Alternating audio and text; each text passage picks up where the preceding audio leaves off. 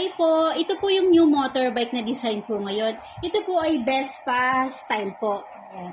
Ito po ay 3 wheels, leather seat, may compartment, may handle po sa likod, sa harapan, stainless, tapos merong compartment.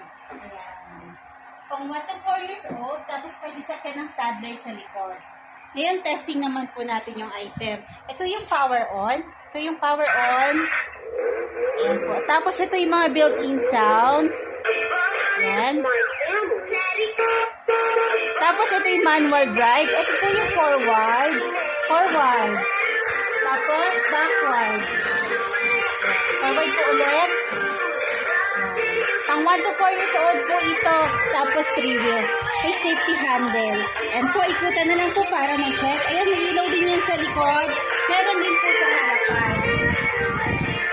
Ikutan na lang po yung item. New design po yan.